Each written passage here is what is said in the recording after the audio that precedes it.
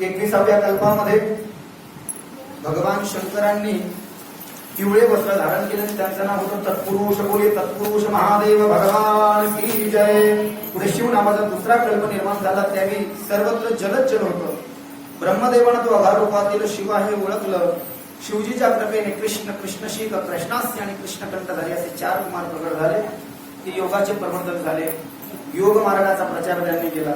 त्यानंतर पुढील कर्म सुरू झाले. त्याचे नाव विश्वरूप. त्यावेळी सरस्वती प्रकट झाली. जटी, मुंडी, श्रीखंडी आणि अर्धमुंड ही बालके शिवजीच्या कृपेने निर्माण झाली. ईशान, पुरुष, अघोर, वामदेव आणि ब्रह्म या शंकराच्या मूर्ती प्रसिद्ध आहे. बोलिये काशी विश्वनाथ भगवान की जय. त्यानंतर दुसऱ्या अध्यायामध्ये शत्ररुद्र संहितेमध्ये भगवान शंकराचे 8 अवतार सांगितले. त्या 8 अवताराची पूजा 8 मूर्तीमध्ये केल्या जाते.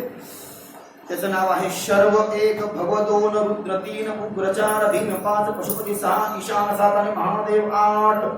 या 8 मूर्ती म्हणजे हे 8 अवतार भगवान शंकरांनी धारण केले होते. त्यानंतर भगवान शंकरांनी एक विशेष अवतार धारण केला. अर्धनारी नटेश्वर. अर्ध्या अंगानं स्त्री, अर्ध्या अंगानं पुरुष, म्हणजे अर्ध्या अंगानं शंकर आणि अर्ध्या अंगानं पार्वती किंवा सती आदिशक्ती. पुरुष म्हणजे शिव परमात्मा आणि स्त्री म्हणजे प्रकृती. प्रकृतीपासून सगळं जगत बनलेलं आहे. प्रकृतीपासून अहंकाराची उत्पत्ती झाली. अहंकारापासून 3 गुणांची उत्पत्ती झाली. 3 गुणापासून 25 तत्वाचं शरीर बनलं. पंचमहाभूत, 5 ज्ञानेंद्रिय, 5 कर्मेंद्रिय, 5 तन्मात्रे, मन, बुद्धी आणि चित्त, अहंकार आणि 25वा परमात्मा. या 25 तत्वापासून हे शरीर बनलं. तर याला कारण प्रकृती आहे. ती प्रकृती म्हणजे शिवादेवी. तर भगवान शंकरानं अर्धनारी नटेश्वर रूप धारण केलं. शृणुतात महाप्राध्यम विधिकाम प्रपूरकम अर्धनारी नराख्यमहि शिवरूप मनोत्तमम्. हा अवतार भगवंतांनी का धारण केला सांगितलं. ब्रह्मदेवाच्या नाभी कमलापासून निघालेला ब्रह्मदेव वास्तविक पाहता शंकराच्या उजव्या हातातनं त्याची निर्मिती आहे शिव महापुराणामध्ये. पण त्याला अहंकार निर्माण होऊ नये म्हणून ब्रह्मदेवाने विष्णूच्या नाभी कमलातून जन्म घेतला असं त्याला दाखवलं. आणि त्याच्यावरती सृष्टी रचनेचा भार सोपला. त्याला सृष्टीची निर्मिती करता येईना म्हणून त्याने उग्र अशी तपश्चर्या केली भगवान शंकराची. आणि भगवान शंकर जेव्हा ब्रह्मदेवाला दर्शन देण्याकरता प्रकट झाले तेव्हा अर्ध्या अंगानं माणूस म्हणजे शंकर आणि अर्ध्या अंगानं जे पार्वती होते ते भगवान शंकराचं अर्धनारी नटेश्वर रूप आहे. बोली अर्धनारी नटेश्वर महादेव भगवान की जय. आणि मग त्या दोघांनी वरदान दिलं की माते तू अशी अर्धनारी नटेश्वर रूपामध्ये आली. पार्वतीला ब्रह्मदेव म्हणाला अशाने सृष्टीची निर्मिती व्हायची नाही. माते माझी तुला विनंती आहे तू शंकराच्या शरीरापासून वेगळी होऊन माझा जो पुत्र आहे दक्ष त्याच्या घरी त्याची 60 नंबरची मुलगी म्हणून जन्माला ये सती. आणि तिथून मग मैथुनी सृष्टीचा प्रारंभ होईल. म्हणजे मनुष्य आणि स्त्री यांच्यापासून पुत्राची उत्पत्ती होईल असं वरदान ब्रह्मदेवाने या शतरुद्र संहितेमध्ये 3ऱ्या अध्यायामध्ये मागितलं. तो भगवंताचा या ठिकाणी अर्धनारी नटेश्वर रूप आहे. सनत कुमार सर्वज्ञं चरितं शंकरस्य मुदराः रुद्रेण कथिता नित्यं ब्रह्मणे सुगतं सदा. सप्तमे चैव वाराहे कल्पे मनवन्तराभिते कल्पेश्वरोऽथ भगवान् सर्वलोकप्रकाशनः. आता 28 कल्पामध्ये भगवान शंकराने 28 व्यासांसोबत 28 वेगवेगळे अवतार घेतले. ते वर्णनात्मक आहेत. त्या अवतारांची चर्चा याच्यामध्ये केली. विशेष रूपानं थोड्या अवताराची चर्चा आपण त्याच्यामध्ये बघू. जेव्हा वराह कल्प चालू होता त्या वराह कल्पामध्ये 7व्या मनवंतरामध्ये सर्व लोकांना प्रकाशित करणारे कल्पेश्वर जे तुमचे पंथू आहेत ते वैवस्वत म्हणूचे पुत्र होतील. आणि द्वापार युगाच्या शेवटी म्हणजे भगवान श्रीकृष्ण जेव्हा अवतार संपवतील अनुग्रह करण्यासाठी व ब्राह्मणांच्या हितासाठी ते प्रकट होतील. व्याचे हे स्वामी असणार. त्यानंतर शिवादेवी श्वेत नामक महामुनीच्या रूपाने प्रकट होणार. भगवान शंकराचं नाव तेव्हा श्वेत महामुनी असणार. असं प्रत्येक 28 युगामध्ये भगवान शंकर व्यासांसोबत वेगवेगळे अवतार धारण करतात. ती कथा याच्यामध्ये सांगितलं. बोले काशी विश्वनाथ भगवान की जय. आणि मग भगवान शंकराच्या अवताराचं कार्य पुढेही सांगितलं. आणि मग नंदिकेश्वराच्या अवताराची कथा सांगितली. नंदिकेश्वर म्हणजे भगवान शंकराचं वाहन नंदीबाई म्हणून आपण त्याला म्हणतो. तर त्याचा अवतार कसा झाला ती कथा पुढे सांगितले. एक शिलाद नावाचा सद्भक्त होता. त्या शिलादानं भगवान शंकराची तपश्चर्या केली आणि भगवान शंकराच्या अगोदर त्याची परीक्षा घेण्यासाठी इंद्र शंकराच्या रूपामध्ये प्रकट झाला. पण त्यांनी ओळखलं हा शंकराच्या रूपामध्ये आलेला इंद्र आहे. ते म्हणाले मला तुमचं दर्शन नाही पाहिजे, मला भगवान शंकराचं दर्शन पाहिजे. मग भगवान शंकर प्रसन्न झाले. भगवान शंकर प्रसन्न झाल्यानंतर त्या शिलादाला म्हणाले तुला काय पाहिजे? ते म्हणाले भगवान तुमच्या शरीरापासून मला तुमच्यासारखा प्रतापी अयोनिज पुत्र पाहिजे. अयोनिज म्हणजे माझा विवाह झालेला नाही, पत्नीपासून मला पुत्र होऊ शकत नाही. अयोनिज म्हणजे तुमच्या शरीरापासून झालेला मला साक्षात प्रसाद रूप असा पुत्र पाहिजे. भगवान शंकराने त्याला तथास्तु म्हणून असं वरदान दिलं. पुढे शिलाद घरी गेला. भगवान शंकराच्या शरीरापासून निर्माण झालेला पुत्र त्या शिलादाच्या आश्रमामध्ये आला. शिलादाने त्याला आपलं पुत्र मानलं. शिलादाने त्याचं नाव नंदी असं ठेवलं. नंतर 8 वर्षाचं वय झालं त्या नंदीचं. मित्र आणि वरुण नावाचे 2 मुनी फिरत फिरत शिलादाच्या आश्रमामध्ये आले. शिलादानं त्यांची पूजा केली आणि हा माझा पुत्र आहे सांगितलं, याचं भविष्य सांगा. तेव्हा तो जो नंदी होता, नंदीच्या हस्तरेषा पाहिल्या त्या मित्र आणि वरुण नावाच्या 2 मुलींनी. सांगितलं हा 1च वर्ष जगणार आहे. असं सांगितल्यानंतर तो बाप घाबरून गेला. शिलादा ऐसा कैसे हो सकता है? भगवान शंकर के शरीर से निर्माण हुआ पुत्र, उसके जीवन को धोखा कैसे हो सकता है? शिलाद रडू लागला. शिलादाला बाबा त्या नंदीने सांगितलं बाबा तुम्ही घाबरू नका, मी मृत्युंजय शिवाची आराधना करतो आणि मृत्युंजय शिवाची आराधना करून अकाल मृत्यू को हरने वाले शिव है. यदि उनके शरीर से मैं निर्माण हुआ हूं तो काल भी मेरा कुछ नहीं कर सकेगा. तुम्ही या ठिकाणी अतिशय शांत राहा. असं म्हणून या ठिकाणी नंदी भगवान शंकराची आराधना करण्याकरता अतिशय एका पर्वतावरती येऊन भगवान शंकराची तपश्चर्या करतो. भगवान शंकर प्रसन्न होतात. सोबत पार्वती पण येते आणि पार्वती भगवान शंकराला सांगून नंदीला मृत्युंजय होण्याचं वरदान देऊन टाकते कि जब तक भगवान शंकर है तब तक तू है. भगवान शंकर तो कभी मिटते ही नहीं. जब अंत भी हो जाएगा दुनिया का तो भगवान शंकर तुझे अपने में विलीन कर लेंगे. काशी खंडामध्ये सांगितलं की नंदी हा अग्नी, वायू आणि पवन या 3 देवाचा अवतार आहे. नंदी काशीखंड हा स्कंद पुराणाच्या अंतर्गत आहे. मराठीमध्ये प्राकृत ज्ञानेश्वरी सारखा त्याच्यामध्ये 80 अध्याय. ज्या काही कथा याच्यामध्ये नाहीये शिव महापुराणामध्ये या काशीखंडामध्ये, पण काशीखंड हा सुद्धा संक्षिप्तच आहे. शिव महापुराण हे भगवान शंकराचं समग्र चरित्र याच्यामध्ये आहे. तर त्याच्यामध्ये नंदी हा 3 देवाचा अवतार सांगितला. याच्यामध्ये भगवान शंकराचा तो अवतार सांगितला. नंतर पुढे एक मरुताची मुलगी होती. मरुत नावाचे जे देव आहेत, तर त्या मरुताची मुलगी तिचं नाव होतं सुयशा. मृत्यूला जिंकल्यानंतर नंदीचा विवाह त्या मरुतानं सुयशेसोबत करून दिला आणि मग नंदीचा विवाह सुयशेसोबत झाला. बोले नंदिकेश्वर महादेव भगवान की जय. पुढे शतरुद्र संहितेमध्ये भगवंताच्या कालभैरव अवताराची चर्चा आली. कालभैरवाचं थोडंसं स्मरण करू 2-3 श्लोकामध्ये आणि मग त्या चर्चेचं त्या कथेचं आपण श्रवण करू. ओम देवराज्य संयमान पावनं पंकजं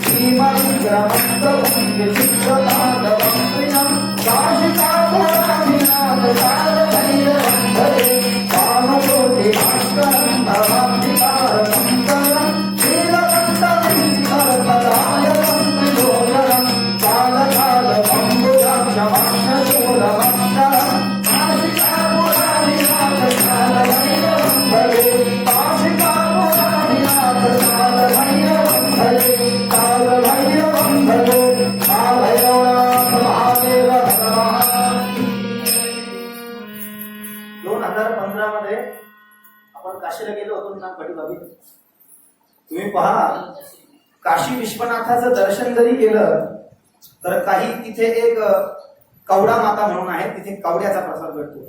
काशीचं दर्शन केल्यानंतर जोपर्यंत त्या 2-4 मंदिराचे दर्शन होत नाही, अन्नपूर्णा देवीचं सुद्धा मंदिर आहे तिथे काशीला. ज्या अन्नपूर्णा देवी जिने भगवान शंकराला भिक्षा प्रदान केली होती.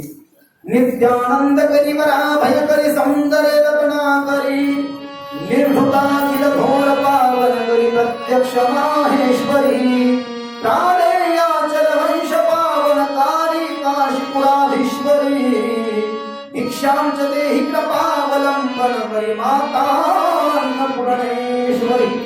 नाना रत्न विचित्र भूषण करी हेमांबराडंबरी मुक्ताहार विलंबमान विलसत वक्षोज कुंभांतरी काश्मीरा रूपा वासितांगरुचिरे काशीपुराधीश्वरी भिक्षां च देहि कृपावलंबन करी माता अन्नपूर्णेश्वरी अन्नपूर्णे सदा पूर्णे शंकर प्राणवल्लभे ज्ञान वैराग्य सिद्ध्यर्थं भिक्षां च देहि पार्वती माता च पार्वती देवी पिता देवो महेश्वरः बांधवा शिव भक्त स्वदेशो भुवनत्रयम् अन्नपूर्णा स्तोत्र आहे 12 श्लोकाचं आद्य शंकराचार्य विरचित हे त्याचे 4 श्लोक आणि ते काल भैरवाष्टकम सुद्धा तेही शंकराचार्य विरचित भगवान शंकर भिक्षा मागण्याकरता निघाले होते नारदाच्या करामतीमुळे भगवान शंकराला भिक्षाच भेटली नाही भगवान शंकर उपाशी राहण्याच्या मार्गावर होते मग पार्वती अन्नपूर्णा म्हणून काशीला आली आणि तिनं मोठ्या प्रेमाने भगवान शंकराला भिक्षा अर्पित केली विश्वनाथाच्या लिंगाच्या बाहेर भगवान शंकराच्या काशी विश्वनाथाच्या मंदिरातून बाहेर निघाली अन्नपूर्णेचं मंदिर आहे ती अन्नपूर्णा आहे तर अन्नपूर्णा काशी विश्वनाथ दर्शन केल्यानंतर अन्नपूर्णा मंदिर कायल भैरव मंदिर मनस कवडा माता हे 2-4 मंदिर विशेष रूपाने काशीचं जोपर्यंत दर्शन करत नाही तर तोपर्यंत त्याचं पुण्य फळ या ठिकाणी प्राप्त होत नाही आणि काल भैरव हा भगवान शंकर स्वरूप आहे हा अवतार भगवंताने का घेतला आपण हे काल भैरवाष्टकम आणि अन्नपूर्णा सूत्र तर पाहिलं ब्रह्मदेवाचे आणि विष्णूचे जेव्हा वाद निर्माण झालेली मोठा तो मोठा तेव्हा अरुणाचल प्रदेशमध्ये भारताचं जे एक राज्य आहे तिथे भगवान शंकर अग्निस्तंभ रूपाने प्रकट झाले त्याला लिंगाचा आकार होता आणि पूर्ण स्तंभाला आग लागलेली होती खाली पाताळातून जमिनीतून निघलं वरती आकाशामध्ये गेलं ब्रह्मदेवाला वरती पाठवलं शंकर आणि विष्णूला खाली पाठवलं आपण ऐकलं ते आणि मग ब्रह्मदेव खोटं बोलला की मी तुमच्या या अग्निमय स्तंभाचा अंत म्हणजे ते कुठपर्यंत गेले ते पाहून आलो पाहिलं नव्हतं पण खोटं बोलल्यामुळे भगवान शंकर क्रोधायमान झाले भगवान शंकराच्या इच्छेने एक अतिशय विकराळ असा कालभैरव नामक पुरुष निर्माण झाला त्याच्या सगळ्या हाताच्या बोटांची नखं वाढलेली होती विशेष रूपाने उजव्या हाताच्या करंगीचं नख वाढलेलं होतं भगवान शंकर ने कहा कालभैरव तू मेरा ही अंश है मेरी आज्ञा से इस ब्रह्मदेव का 5वां जो मुख झूठ बोलने वाला है तेरी कनिष्ठिका के नाखून से नाकाग्र से इसकी मुंडी उड़ा दो आणि मग भगवान काल भैरवानं काशीलाच ब्रह्मदेवाचं 5वं मस्तिष्क उडवलं आणि काल भैरवाला ब्रह्मदेव ब्राह्मण असल्यामुळे त्याची हत्या झाल्यामुळे ब्रह्महत्येचा दोष लागला भगवान ने कहा मेरी आज्ञा से तूने ब्रह्मदेव की हत्या की लेकिन तुझे ब्रह्महत्या का दोष लगा है तुझे काशी में जाकर के तपस्या करनी होगी तो तब से भगवान काशीनाथ की इच्छा से वो काल भैरव काशी में जाकर के वहीं पर वो विराजित हो गए आणि ब्रह्मदेवाचं मस्तिष्क ज्या ठिकाणी पडलं काशीला त्याचं कपालमोचन तीर्थ झालं कपालमोचन नावाचं तीर्थ आहे काशीला त्याचं स्मरण करायचं असतं बोलिए कपालमोचन तीर्थ की जय काल भैरवनाथ की जय काशी विश्वनाथ भगवान की जय 12 वर्ष तीर्थयात्रा केली काल भैरवाला भिक्षा मागू लागला भिक्षा मागता मागता वैकुंठ लोकामध्ये आला लक्ष्मीने या काल भैरवाला भिक्षा अर्पित केली विष्णू लक्ष्मणला सांगितलंय भगवान शंकराच्या अवतारातले काल भैरवच आहे तदनंतर पुढे भगवान शंकराचा एक शार्दूल अवतार सांगितला सनत्कुमार सर्वज्ञं भैरवेम परां कथां शृणुकृत्यं महादोष संत्रिं भक्तिवर्धनं ततसा नित्यं भैरवोऽपि कालो भूतकालकालन सदैव वाक्येन बिभ्रत्पालिकामं ततं भगवान शंकराचा शार्दूल अवतार याच्याकरता सांगितला की हिरण्यकश्यपूचा वध भगवंतानं नरसिंह होऊन केला ही कथा भागवतामध्ये आणि त्याच्या पुढची कथा या शिव महापुराणामध्ये सांगितली की भगवान नरसिंहाने आपल्या नाखाग्राच्या द्वारे हिरण्यकश्यपूच्या उदरामध्ये आपले नाखाग्र असे खोवून त्याचं उदर फाडलं आणि हिरण्यकश्यपूचा उद्धार करून टाकला पण एका हिरण्यकश्यपू सारख्या दुष्ट पिता आणि प्रल्हाद सारख्या कोळ्या भक्ताला त्रास दिला ते भगवंताला सहन करणे म्हणून भगवान का क्रोधायमान होते ब्रह्मा जी आ गए इंद्र आ गए सब कहते रहे थे भगवान आप शांत हो जाओ परंतु नरसिंह काही आपला क्रोध शांत करेना नरसिंहाचा क्रोध शांत करण्याकरता भगवान शंकराने वीरभद्राला पाठवलं वीरभद्राला सांगितलं तू भगवान विष्णूंना जाऊन त्यांचा क्रोध शांत करण्याचा प्रयत्न कर आणि ते जर का शांत झाले नाही तर तू त्यांना त्याचा भैरव अवतार दाखव भागवतामध्ये नरसिंहाचा क्रोध शांत करण्याकरता माता लक्ष्मीनं गरुडाच्या पाठीवरती औदुंबर नावाचं झाड आणलं आणि नरसिंहाने आपले नाखाग्र जे आहे जे हिरण्यकश्यपूच्या रक्तानं या ठिकाणी भरलेले आहेत ते नाखाग्र त्या औदंबराच्या झाडाच्या खोडामध्ये असे कोवले तेव्हा भगवंताचा दाह शांत झाला. गुरुचरित्रामध्ये विस्तार केला की एखाद्याला खूप राग येत असेल तर त्याने रोज 11 प्रदक्षिणा जर का औदुंबराच्या झाडाला मारल्या तर त्याला खरोखर शांती भाव त्याच्यामध्ये या ठिकाणी प्राप्त होत असतो. पण शिवमहापुराणामध्ये कथा सांगितली, नरसिंह शांत होत नव्हते. वीरभद्राने सांगितलं तुम्ही शांत व्हा, तुम्ही महान शिवभक्त आहात, तुम्ही वेदाला प्रतिष्ठा मिळवून दिली आहे. ते म्हणाले आता मी सगळ्या जगाचा संहार करून टाकणार आहे. मग भैरवाचा अवतार दाखवला तरी वीरभद्राला घाबरले नाही, म्हणून आकाशामध्ये एक प्रचंड तेज निर्माण झालं. ते तेज म्हणजे भगवान शंकराचा शार्दूल अवतार होता. ते तेज वीरभद्रामध्ये समाविष्ट झालं. वीरभद्रानं भगवान त्या नरसिंहाला आपल्या शरीरामध्ये एकरूप करून टाकलं आणि मग भगवान नरसिंहाचा अहंकार कमी झाला. अशी कथा शतरुद्र संहितेमध्ये या ठिकाणी शिवमहापुराणामध्ये सांगितली. तो भगवंताचा शार्दूल अवतार सांगितला, त्याला शलभ अवतार सुद्धा म्हणतात. बोले शार्दूल महादेव भगवान की जय, शलभेश्वर महादेव भगवान की जय. पुढे भगवान शंकराने एक विश्वानर नावाच्या ग्रहस्थाच्या इथे ग्रहपती नावाच्या रूपाने अवतार घेतला. विध्वंसिमदक्षयज्ञस्तं वीरभद्राहयं प्रभो अवतारश्रं विधनेयं शिवस्यं परमात्मनं सतिचरित्रे कथितं चरितं तस्य कृष्णसः श्रुतं त्वयापि बहुधा प्रोक्तं सुविस्तरात्. एक नर्मपूर नावाचं नगर होतं. तिथे एक विश्वानर नावाचा ब्राह्मण राहत होता. तो मोठा शिवभक्त होता, पण त्याच्या घरामध्ये पुत्र संतान नव्हती. शास्त्रामध्ये सांगितलं गृहस्थाश्रमामध्ये जर का आपण आलो आणि आपल्याला पुत्र नसला तर आपल्याला मोक्ष भेटू शकत नाही. मग तुम्ही म्हणता एक तर शास्त्र असं आहे, निपुत्रिक लोकांच्या घरचं अन्नदान सुद्धा घ्यायचं नाही, घाबरायचं काही कारण नाही. स्वतःपासून मुलगा झाला नाही तर शास्त्रामध्ये 13 प्रकारचे मुलं सांगितले. स्वतःच्या शरीरापासून जर का मुलगा झाला नाही तर दत्तक मुलगा आणा, नाही तर अनाथ आश्रमातून मुलगा आणा. बहिणीला 2 असतील तर तिचा एक घेऊन टाका, तिला पैसे देऊन. भावाला 2-3 असतील तर तिचा एक घेऊन टाका. एखाद्या तरी ब्राह्मणाचा मुलगा, असे 13 प्रकारचे पुत्र सांगितले. निपुत्रिक राहायचा प्रश्नच नाही ना, मग आहे की नाही. कुठून तरी आपण आणू शकतो, पण ज्याला पुत्र नाही त्याच्या घरी पाणी सुद्धा घ्यायला सांगितलं नाही. स्त्री पुढे म्हणत ब्राह्मणाची आपण गुरुचरित्र पहा, आपण गरुड पुराण पहा. आत्मज पुत्र म्हणजे स्वतःच्या शरीरापासून निर्माण झालेला, और जिसको आत्मज पुत्र नहीं वो एडॉप्ट वो किसी को गोद दे सकता है और जरूर किसी गरीब के बच्चे को गोद लेना चाहिए. चिमणी पाखर पिक्चरामध्ये एवढा चिकट दाखवलं लक्ष्मीकांत बेर्डे, तरी सुद्धा एक पूर्वी घेतो का नाही तो दत्तक. एखादा पुत्र दत्तक घेऊन एखाद्याचं कल्याण केलं पाहिजे. क्योंकि लाख इकट्ठे करोडो हीरे मोती, कफन में कोई जेब नहीं होती. पैसे जमा जरी केले तर एक कवडी सुद्धा सोबत जात नाही. तू अकेला ही आया था, तू अकेला ही जाएगा. तू क्यों चिंता करता है, तू क्यों शोक करता है, तूने क्या खोया है, तूने क्या पैदा किया था. आज जो तेरा था कल तेरे बाप का था, तू मरने के बाद में तेरे बच्चे का हो जाएगा. तू अकेला ही आया था, तुझे अकेला ही जाना पडेगा. हा गीतेचा सार आहे. हा पहा आपण आपल्या लक्षात येईल. त्या विश्वानराला पुत्र नव्हता, तो म्हटला तो ब्रह्मज्ञानी होता. पण बायकांची वेगळीच गडबड असते. ती बायका म्हणली एवढे मोठे होत आहेत, मग शंकराला एखादा पुत्र मागा ना तुम्ही, जा नकाशीला, तुम्हाला पुत्र मागता येत नाही का. त्या बायकोच्या सांगण्यावरून शुचिस्मती नाव बायको आहे. त्या विश्वानराच्या बायकोचं नाव शुचिस्मती. त्या शुचिस्मतीच्या सांगण्यावरून तो काशीला आला. भगवान शंकराची त्या काशी विश्वनाथाला येऊन त्याने पूजा केली आणि म्हणाला भगवान मला मागायचं काही नव्हतं तुमच्याकडे, कारण भक्तीचे प्रकार आहे सकाम भक्ती आणि निष्काम भक्ती. देवाला काही मागून जर का केलं तर देव देतात, पण निष्काम भक्ती जर का केली तर भगवंत असं पद्धतीचा त्याचा आपण विचार सुद्धा करू शकत नाही. आणि सकाम भक्ती जर का आपण केली त्याला सकाम अनुष्ठान म्हणतो. काहीतरी करायच्या उद्देशानेच आपण काहीतरी करतो. आता हे आपलं सकाम अनुष्ठान आहे. कलियुगामध्ये निष्काम अनुष्ठान होऊ शकत नाही.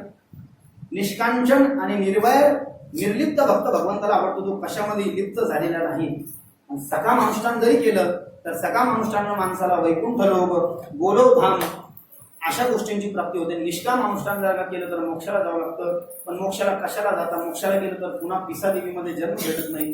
आणि तुकाराम महाराज म्हणले तरीच जन्म यावे दास विठोबाचे भावे, हेड मी जन्म यासाठी देवा. आणि तुझी जन्म देवा सदा आहे. आणि निष्काम भक्ती करतं का माणूस, केली तरी मोक्षाला जात नाही. कारण की विचार सागरामध्ये सांगितलं सकल दुःख निवृत्ती, अत्यंत दुःख निवृत्ती, परमानंद प्राप्ती, इति नाम मोक्ष. माणूस किती म्हातारा झाला, जागेवर जरी बसला, खोका जब हात आएगा कॉलर टाईट हो जाएगा. नोटा मोजायची इच्छा आहे माणसाची. एक म्हातारा जागेवर पडलं होतं, जागेवर त्याला 4-4 पोरं होते. त्याला गाईच्या गोट्यामध्ये ठेवलं, बाजूला एक गायची होती ना, केरसुनी खात होती, एक वासरू. त्याची वाचा गेली, मग तो वाके वाके करायला लागला. वाके वाके वाके त्याने जागेवर बसून जप करावं ना आता माळ घेऊन हातामध्ये. बरं म्हणले काय पाहिजे बाबा, वाके वाके. बाबाला आता बाबानं जीवनभर कधी वामन केशव केलं नाही. बाबाची मरायची वेळ आली, बाबाला वामन केशव करायचं काय.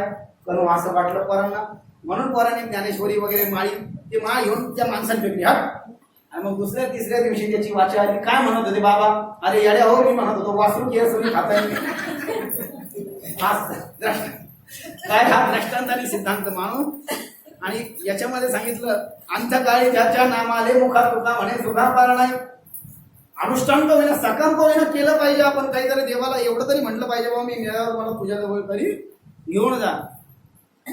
तर तो विश्वानर काशी झाला. भगवान शंकराच्या लिंगाची आराधना केली. लिंगातनं भगवान शंकर बोलले, जसं भर्तरीनाथाच्या वेळेस बोलले होते ना नवनाथामध्ये, तसं लिंगातनं भगवान शंकर या शिव महापुराणामध्ये बोलले, विश्वानर तू माझा प्रिय भक्त आहेस, मी तुझ्यावर प्रसन्न आहे. माग काय इच्छा आहे?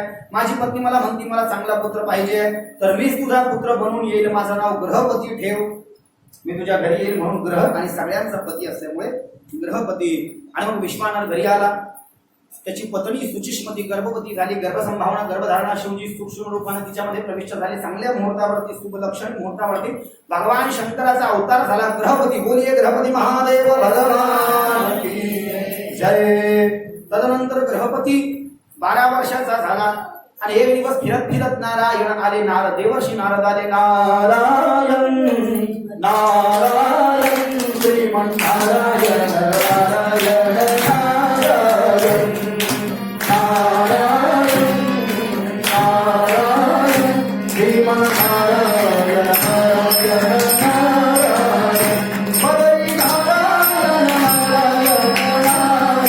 नारायण हरे नारायण नारायण नारायण लक्ष्मी नारायण नारायण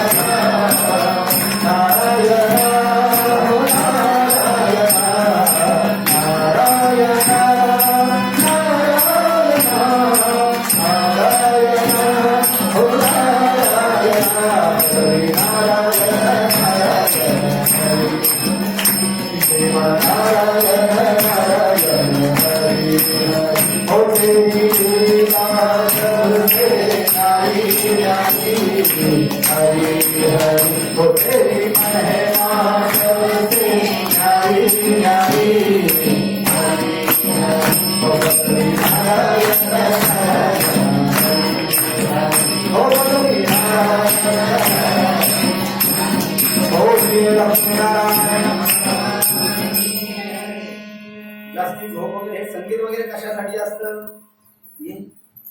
वेळ काळा ते ग्रासील मेले माणूस चित्त उठविल कैसा वासुदेव बोलत बोल झाली पहाची वेळ. हे जे वासुदेव प्रकरणामध्ये जे काही अभंग आले खऱ्या गायनामध्ये शक्य आहे. शनी महात्म्यामध्ये दीप त्या विक्रम नावाच्या राजाने दीपराग म्हटला होता, तर दिवे लागले होते. उदो झाली पहाली वेळ कैसा वासुदेव बोलत बोल. हा वासुदेव सकाळी तो यायचा, आता काही राहिलं नाही कलियुगामध्ये, आता भेटत नाही. खेड्यामध्ये सुद्धा येईना, खेड्यामध्ये तरी यायचं, सिटीमध्ये जाऊ द्या मस्त. ते आता एखाद्या वेळेस वर्षात नाही एखाद्या वेळेस दिसतो भाऊ इकडे वासुदेव. डोक्यामध्ये मोराचा असा टोक घालून वासुदेव इकडे आपल्याला दिसत नाहीये वासुदेव. अशा पद्धतीने देवर्षी नारद नारायणाचं भजन करत करत करत या विश्वानराच्या घरी आले. आणि विश्वानर मग पुन्हा तो म्हटला, देवर्षी नारद तुम्ही त्रिकाल ज्ञानी आहात, माझ्या मुलाचं भविष्य सांगा. मुलाला 12वं वर्ष चालू होतं, 11 वर्षाचा होता, 12 वर्ष चालू होतं. एवढं वर्ष संपलं की मुलाला 12व्या वर्षानंतर अग्नीपासून आणि विजेपासून धोका आहे असं ग्रहपतीचं भविष्य करून पाहून नारदांना सांगितलं. आणि मग ते विश्वानर आणि सुचेष्मती घाबरले. म्हणलं बाबा घाबरू नका, मी महादेवाची तपश्चर्या करतो, महामृत्युंजय मंत्राची तपश्चर्या केली. ओम त्र्यंबकम यजामहे सुगंधी पुष्टी वरदानम गुरुपारुकमीव बंधनान मृत्युरमुक्षीयमामृतात्. महादेव प्रसन्न झाले, मी तुझ्या तपश्चर्येने प्रसन्न आहे, मी तुला सगळ्या ग्रहांचा अधिपती करतो आणि तुला मी अग्नीचा मुख्य करतो, म्हणजे तू या ठिकाणी अग्नीचा अधिकारी करतो, म्हणजे तुला मी अग्निश्वर लिंग दिग्पाल करून टाकतो. अग्नीचा जो मुख्य असतो त्याला दिग्पाल असं म्हणतात. जे लिंग बनवून या ठिकाणी ग्रहपतीनं भगवान शंकराची तपश्चर्या केली होती त्या लिंगाला अग्निश्वर असं नाव पडलं. बोलिये अग्निश्वर महादेव भगवान की जय. पुढे भगवंताचा यक्षेश्वर अवतार सांगितला. आता इतक्या अवताराच्या कथा आपण शंकराच्या ऐकू लागलो. आतापर्यंत आपल्याला विष्णूचे सगळे अवतार माहिती आहे. आपल्याला माहिती आहे मत्स्य कच्छ वराह नरसिंह परशुराम वामन राम कृष्ण बौद्ध कल्की पांडुरंग. पण हे अवतार आपल्याला शिव महापुराणामध्ये ऐकायला भेटतात. हे जे लहान मोठाले अवतार जरी असले तर शत्रुद्र संहितेमध्ये असे 100 अवतार सांगितले. या ग्रहपती अवतारानंतर नंदीच्या अवतारानंतर मग यक्षेश्वर अवतार भगवंताचा सांगितला. हा अवतार समुद्र मंथनाच्या वेळेचा आहे. यक्षेश्वर अवतारं च शृणु शंभोर मुनीश्वरः गविरणं गर्वहंतारं सदा भक्ति विवर्धनं पुरा देवाश दैत्याशं पियूषातं महाबला क्षीरोदधी मधुपुष्पे सुकृतावार संधयः. दुर्वास ऋषीच्या शापाने इंद्राचे 14 रत्न समुद्रामध्ये पडले, म्हणून दैत्यांचा राजा बली म्हणजे प्रल्हादाचा नातू बली आणि इकडे देवता देवांचा राजा इंद्र यांनी समुद्र मंथन करण्याचं ठरवलं. मंद्राचल नावाचा पर्वत, वासुकी नावाच्या सर्पाची दोरी आणि समुद्रामध्ये तो पर्वत खाली जाऊ नये त्यामध्ये त्या समुद्रामध्ये मोठमोठ्या लता वेली वनस्पती औषधं टाकले जेणेकरून पर्वत खाली जाऊ नये. अर्ध्या राक्षसांनी आणि अर्ध्या देवांनी मिळून तो पर्वत मध्यभागी नेऊन ठेवला समुद्राच्या. आणि वासुकी नावाच्या सर्पाला एक असा वेढा दिला, पर्वताला देऊन असा वेढा देऊन मुखाकडनं राक्षसांनी धरलं आणि शेपटीकडनं देवांनी धरलं. समुद्र मंथन चालू झालं. 14 रत्नांची प्राप्ती त्यामध्ये झाली, सर्वांना ज्ञात आहे. हलाहल विष्णुकाल भगवान शंकरांनी प्राशन केलं. तदनंतर कौस्तुभ मणी निघाला, अमृताची घागर सगळ्या शेवटी निघाली. पुढे मदेरीची घागर निघाली, कौस्तुभ नावाचा मणी, पारिजात नावाचा वृक्ष, कल्प वृक्ष, 8 अप्सरा, उच्चश्रवा घोडा, ऐरावत नावाचा हंती, शंख असे सगळे 14 रत्न निघाले. लक्ष्मी माता निघाली, विष्णूच्या गळ्यामध्ये तिनं वरमाळा घातली. हे शिव महापुराणामध्ये सांगितलं नाही, फक्त सांगितलं त्या समुद्र मंथनाच्या कथेच्या वेळेस जो काही वाद झाला, विवाद झाला. मोहिनी अवतार धारण केला भगवान विष्णूने, कारण की राक्षस अमृत घेऊन पळून गेले, अर्धा अमृत प्यायचं होतं. मोहिनीने या ठिकाणी मोहिनी घातली, राक्षस मोहिनीमध्ये पडले आणि मग राक्षसांना मदिरा पान करवलं, देवांना अमृत दिलं. हे चंद्राला, हे राहूला कळालं आणि राहू देवाच्या रूपामध्ये, देवाचं रूप घेऊन देवामध्ये जाऊन बसला. चंद्राने सांगितलं, चंद्र सूर्याने सांगितलं म्हणून चंद्रासोबत युद्ध करू लागला. देवता हरण्याच्या स्थितीत जेव्हा निर्माण झाले तेव्हा भगवान शंकराला शरण आला. चंद्राला भगवान शंकराने आपल्या मस्तिष्कावर धारण केलं या कथेमध्ये. पुढे त्याचं आणखीन एक कारण आहे की का डोक्यावरती धारण केलं. आणि सगळे देवता हारलं, देवता जिंकले, भगवान शंकराच्या कृपेने राक्षस हारले. पण त्यांना वाटलं आम्ही अमृत पिल्यामुळे जिंकलो, राक्षसांचं काही करू शकले नाही. अभिमान धारण केलं देवांनी, म्हणून भगवान शंकरांनी यक्षेश्वराचा अवतार धारण केला आणि एक दर्भाची काडी आणली. सगळ्या देवांसमोर ती दर्भाची काडी टाकली. सर्वांना सांगितलं आप में से कोई भी देवता सामने आकर के आपका जो कोई शस्त्र हो उस शस्त्र का इस्तेमाल करके इस लकड़ी का मुझे 2 टुकड़ा करके दिखाओ, या काडीचे तुकडे करून दाखवा. कोणालाच तुकडे करता येईना. सगळ्यांना कळालं हा शंकरच असू शकतो, शंकराशिवाय हा कोण आहे. मग भगवान शंकरच यक्षेश्वर आहे असं कळालं. सर्वांनी क्षमा मागितली, आम्हाला अभिमान झाला होता, क्षमा करा. बोली यक्षेश्वर महादेव भगवान की जय. पुढे भगवान शंकराचे विशेष 10 अवतार सांगितले. शृण्वतो गिरिसस्य अवतार दश शंकराणः महाकाल मुखान भक्त्योपासना पांडव देविताणः. विशेष अवतार आहे भगवानाचे. महाकाल हा भगवान शंकराचा प्रथम अवतार आहे. हा सज्जनांना भोग आणि मोक्ष देणारा आहे. महाकाली ही अवताराची शक्ती आहे. म्हणजे भगवान शंकर जेव्हा महाकाल होतात तेव्हा देवी महाकाली नावानं त्यांची पत्नी होते. भक्ताला इच्छित फळ देणारी हा अवतार आणि याच्यातली देवी आहे. बोलिये महाकाल भगवान शिव शंकर की जय. तार हा भगवान शंकराचा दुसरा अवतार आहे. तारा ही त्याची शक्ती आहे. या अवताराची पूजा केल्यानंतर सुख शांती भोग मोक्ष देतात. बाल भुवनेश्वर हा भगवान शंकराचा तिसरा अवतार आहे आणि बगालंकी ही त्याची शक्ती आहे. षोडश विद्येश हा भगवान शंकराचा चौथा अवतार आहे आणि देवी तेव्हा षोडशी श्रीविद्या नावाने त्यांची पत्नी बनते. या अवताराचं स्मरण केल्याने भक्ताला मोक्ष प्राप्त होतो. भैरव हा भगवंताचा पाचवा अवतार आहे आणि भैरवी ही त्याची शक्ती आहे. छिन्नमस्तक हा भगवान शंकराचा सहावा अवतार आहे आणि छिन्नमस्तका गिरिजा ही त्याची शक्ती आहे. द्युममान हा भगवान शंकराचा सातवा अवतार आहे. उमामती ही त्याची शक्ती आहे. बगालमुख हा भगवान शंकराचा आठवा अवतार आहे. बगालमुखी ही त्याची शक्ती आहे. मातंग हा भगवान शंकराचा नववा अवतार आहे. मातंगी ही त्याची शक्ती म्हणजे त्याची पत्नी बनून भक्तांच्या मनोकामना पूर्ण करतात. आणि कमल हा 10वा अवतार आहे आणि कमला ही त्याची शक्ती आहे. बोलिये दशावतार की जय. हे विशेषतः अवतार भगवान शंकराचे शतरुद्र संहितेमध्ये सांगितले. पुढे 18व्या अध्यायामध्ये भगवंताचे 11 रुद्रावतार सांगितले. एकादशावतारात वैष्णवतो शंकराणवराणः याच्छुतवान हिमाख्येतं वाघा सत्यादि संभवा. कश्यप हे राक्षसांचेही वडील आहे आणि देवाचेही वडील आहे. कश्यपाची जी आदिती नावाची पत्नी आहे तिला सगळे देवता झाले. कश्यपाची जी दिती नावाची मुलगी आहे तिला सगळे राक्षस झाले. कश्यपाची जी कद्रू नावाची जी पत्नी आहे तिला सगळे सर्प झाले. विनता नावाची जी मुलगी आहे तिला गरुड आणि अरुण नावाचे 2 पुत्र झाले. धनु नावाची जी बायको आहे कश्यपाची बायको आहे तिला सगळे दानव झाले. आणि मग सावत्र भाऊ देवता आणि दानव आणि राक्षस. पण या सावत्र भावांना काय आहे सगळं आता हिसकायची इच्छा आहेच एकमेकाला. ते पहिल्यापासून चालत आलं. हिसकण्याचं खूप चांगलं जबरदस्त ते शास्त्रामध्ये सांगितलं. त्या राक्षसांना वाटलं देवांचं आपण हिसकून घ्यावं सगळं. वारंवार देवतांसोबत युद्ध करू लागले. काही ना काही वरदान त्यांना असायचे आणि सगळे वरदान ब्रह्मदेव द्यायचे. त्यांना वरदान असतं की देवता हरायचे. हरून कुठंतरी आपल्या प्राण वाचवण्याच्या भीतीनं या ठिकाणी कुठेतरी लपून बसायचे. कश्यपाला शरण गेले सगळे देवता. बार बार हमारे सौतेले भाई आकर के हमारा राज्य छीन रहे, हम क्या करें. तो भगवान शंकर ने शंकर की आराधना की. शंकर को प्रसन्न कर लिया. शंकर को कहा आप आपके भाइयों की रक्षा करने के लिए 11 रुद्रों के अवतार से प्रकट हो जाइए. भगवान शंकर ब्रह्मदेवाच्या भूमध्यात्म म्हणजे दोन्ही भुवाळेच्या मध्यात्म 11 अवतार रुद्राच्या रूपात प्रकट झाले. हा भगवान शंकराचा 11 रुद्रावतार आहे. बोली एकादश रुद्रावतार भगवान की जय. आणि या 11 रुद्रांनी सगळ्या राक्षसांचा संहार केला अशी कथा सूत महाराज 88व्या दिवशीला सांगतायत. दुर्वासाची कथा सांगितली. दुर्वासा भगवान शंकराचा अवतार. अथान्यंचरितम शंभो सुमृत्या महामुने यथा बभूव दुर्वासा शंकरो धर्महे तवे ब्रह्मपुत्रो बहुवाता सत्पत्री ब्रह्मवित प्रभु अनुसूया पतिधिरमान ब्रह्माज्ञां प्रतिपालकः. दत्तात्रय हे 3 देवाचे अवतार आहे. त्यापैकी जो दत्त आहे तर दत्त हा विष्णूचा अंश आहे. चंद्र हा ब्रह्मदेवाचा अंश आहे आणि दुर्वासा शंकराचा अवतार आहे. एकोपी दत्तस्य कृत प्रमाणो दशाश्वमेधाव व्रतेमूल्य दत्त प्रमाणे पुनर्भवाय दशा. दत्त महापुराणातला हा श्लोक आहे.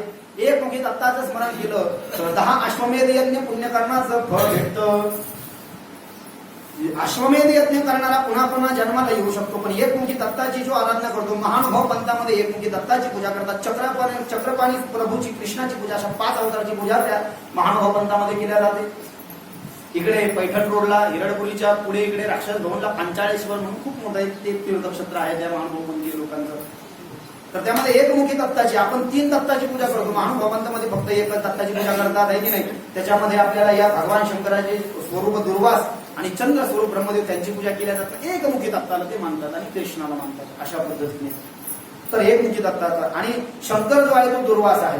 आता या दुर्वासाने काय केलं चांगले कामं केले आणि काही लोकांची परीक्षाही घेतली. मग दुर्वासाने काय केलं भगवान शंकराचे अंश असल्यामुळे खूप जणांची परीक्षा घेतली. अंबरीश राजाची परीक्षा घेतली. अंबऋषीसाठी जन्म सोसी येले दुष्टा निर्राळले किती एक तुका म्हणे तुझं वर्णिती पुराणे होय नारायणे दया सिंधू धर्मरक्षामया अवतार घेसी आपल्या पाळसी भक्तजना. त्या अंबऋषीसाठी भगवान श्री कृष्णानं 10 गर्भवासाचे दुःख भोगले. अंबरीश राजा जन्माला येणार त्याच्या अगोदर भगवान प्रत्येक युगामध्ये जन्म घेऊ लागला की अंबरीशासारखा मला भक्त भेटेल. कारण की देवाने इच्छा केली पाहिजे की तुम्ही त्याचे भक्त झाले पाहिजे. आपण इच्छा करून काय फायदा की देव आपला आशीर्वाद देणारा देव आपल्याला झाला पाहिजे. एक दिवस हनुमान फिरत फिरत फिरत नारदाकडे गेले आणि नारदाकडे एक पुस्तक होतं. त्या पुस्तकामध्ये सगळ्या भक्तांची नावं लिहिलेली होती. त्याच्यामध्ये सगळ्यात वरती कोणाचं नाव होतं माहिती की तुम्हाला? नारदाचं नाव होतं, मग पांडवांचे नाव होते, मग द्रौपदी, असे सगळे नाव होते. हनुमानाने ती डायरी पाहिली आणि हनुमानाला वाईट वाटलं. सब भक्तों के नाम इसमें है और मेरा नाम इसमें नहीं, मैं तो भगवान राम का एक अनिष्ठ भक्त हूं. हनुमानासारखी भक्ती कोण करू शकतं? शरण शरणची हनुमंता तुम्हाला राम दूता, आय भक्तीच्या त्या वाटा मज गावा द्या सुभटा, शूर आणि धीर स्वामी काळजी तू सादर, तुका म्हणे रुद्रा अंजलीची कुमरा. 162 नंबरचा होता तुकाराम महाराज गाथ्यामध्ये सांगतायत. मग हनुमान भांडायला देवाकडे गेला वैकुंठामध्ये. हलगड्याची मुझे तो कुछ भी नहीं चाहिए, मैंने शादी तक नहीं की, मैं राम राम ही रखता रहता हूं और मेरा नाम उस डायरी में नहीं है. अरे ही डायरी कोणती आहे तुला माहिती आहे का?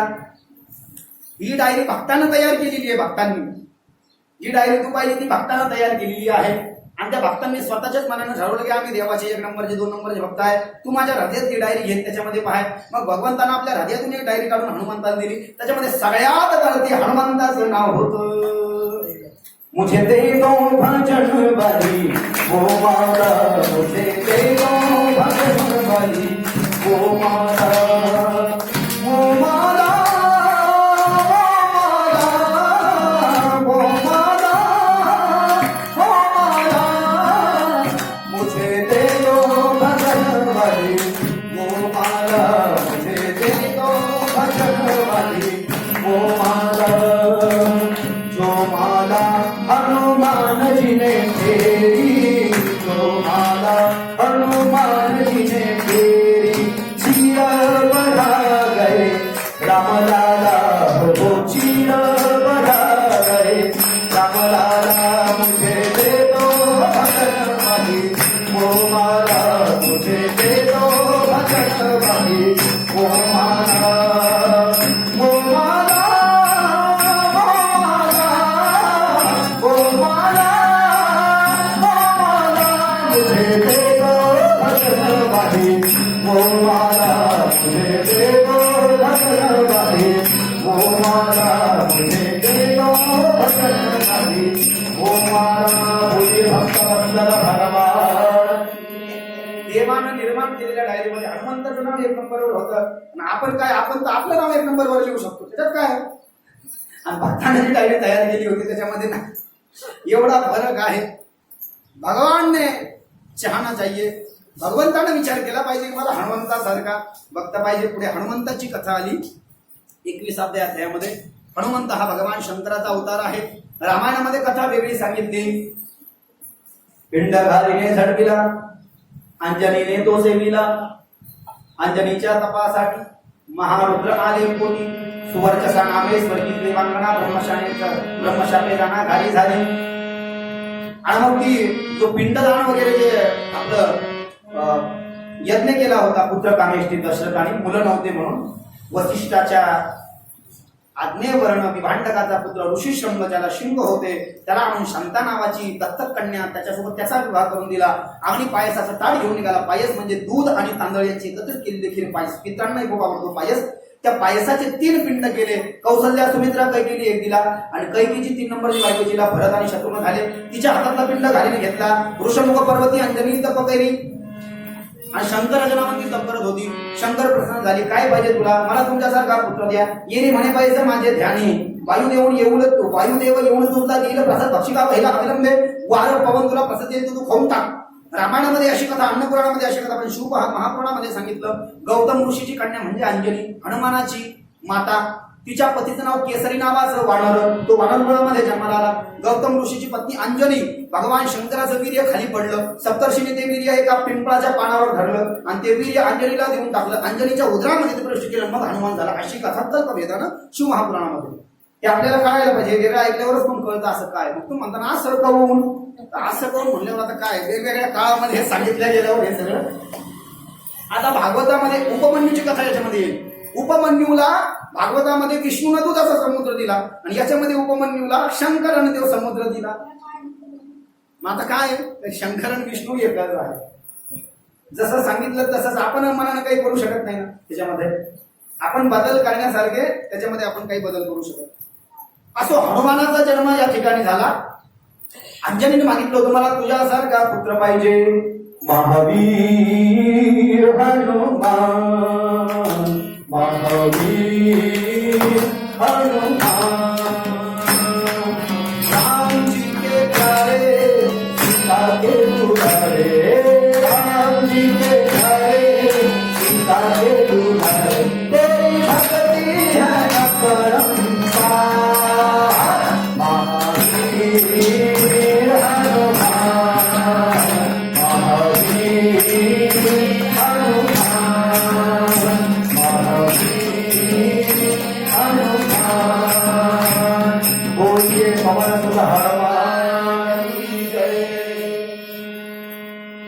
हनुमानाचा जन्म झाला चैत्र शुद्ध पौर्णिमेसी सूर्योदय समयासी महारुद्र आले पोटी नामा म्हणे म्या वंदिले जन्माता जिलेने सूर्यात गेले आणि मग आई गेली बाहेर काहीतरी दूध वगैरे आणायला तर याला वाटलं मला भूक लागली याने लगेच उड्डाण केलं याला वाटलं शेप आहे का काय सूर्याला गिळलं सूर्याला गेलं मग लोक भयान झाले म्हणून सगळे इंद्र वगैरे आले इंद्रानं वज्रानं याच्यावर मारलं हनुवटीवर म्हणून हनुवटी हनुमानाची याची कशी आपल्याला थोडी सुजलेली दिसते पवन आला माझ्या मुलाला तुम्ही मारतो तो बेशुद्ध पडला आता सगळ्या जगाचा प्राणच हिसकून टाकतो सगळ्याला हार्ट अटॅकने मारून टाकतो सगळ्याचा श्वास बंद केला ना म्हणजे त्या काळामध्ये सगळ्याचा ऑक्सिजन बंद करून टाकला पवनाने सगळे लोक जागच्या जागेवर थांबले पवना असं करू नको आम्ही हनुमंताला अमर करून टाकतो अमर अश्वत्थामा बलिव्यासो हनुमंत विभीषण तटाहा परशुराम सप्तते ते चिरजीव पद्मपुराणातला श्लोक आहे ते 7 जण अमर आहे अजूनही हनुमान आहे परशुराम आहे कल्की अवतार होणार आहे कल्की महापुराणामध्ये सांगितला भगवान विष्णूचा दावा कल्की अवतार होणार आहे कलियुगाचे जेव्हा शेवटचे 20-25 वर्ष राहतील आणि लोक जेव्हा जास्ती पापी होतील तेव्हा यशो ब्राह्मणाच्या घरी भगवंत जन्माला येतील आणि मग देवदत्त नावाच्या घोड्यावर बसतील आणि हातामध्ये तलवार घेतील परशुराम त्यांचे गुरु होतील जे पांडवाचे कर्णाचे गुरु होते जे द्रोणाचार्याचे गुरु होते जे भीष्माचार्याचे गुरु होते तेच परशुराम या कल्कीचे गुरु होणार आहे मगच परशुराम सुद्धा अमर आहे अजून गुप्त रूपाने कल्की पुराणात लिहिलं आणि कल्की पुराणामध्ये त्या कल्कीला भगवान विष्णू जो कल्कीचा अवतार आहे आणि भगवान विष्णूचा जो अवतार परशुराम आहे तो परशुराम त्याला सगळ्या विद्याभ्यास शिकवणार आहे शस्त्रास्त्र विद्या देणार आहे आणि पापी लोकांना कल्की मारून आणि मग जगामध्ये पाणी होऊन पुन्हा वाड्याच्या झाडावर कृष्ण रूपी विष्णू राम शंकर आणि मग पुन्हा सत्ययुगाला प्रारंभ होईल असं सगळ्या पुराणामध्ये हे मी कशामुळे सांगितलं हनुमान आणखीनही या ठिकाणी आहे म्हणजे